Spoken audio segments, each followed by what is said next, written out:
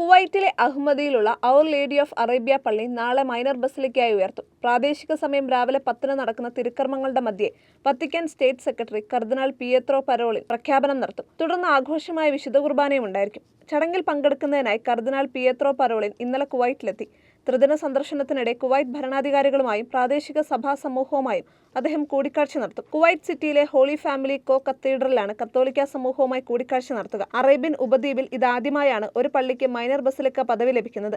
ചരിത്രപരവും ആധ്യാത്മികപരവും അജപാലനപരവുമായ പ്രത്യേകതകൾ പരിഗണിച്ച് കഴിഞ്ഞ വർഷം ജൂൺ 28-നാണ് ലയോ 14 മാർപ്പാപ്പ പള്ളിയെ മൈനർ ബസിലിക്കയായി പ്രഖ്യാപിക്കാൻ തീരുമാനിച്ചത്. Bahrain, Kuwait, Qatar, Saudi Arabia എന്നീ രാജ്യങ്ങൾ ഉൾപ്പെടുന്നതാണ് നോർത്തേൺ അറേബ്യ വികാരിയത്ത്. ബിഷപ്പ് ആൽദോ ബെറാർഡി OSST ആണ് ഇപ്പോഴത്തെ അപ്പസ്തോലിക് വികാരി. 1948 ഡിസംബർ 8-ന് പരിശുദ്ധ കന്യാമറിയത്തിന്റെ നാമധേയത്തിൽ ചെറിയ ചാപ്പലായാണ് ഔർ ലേഡി ഓഫ് അറേബ്യ പള്ളിയുടെ ഉത്ഭവം.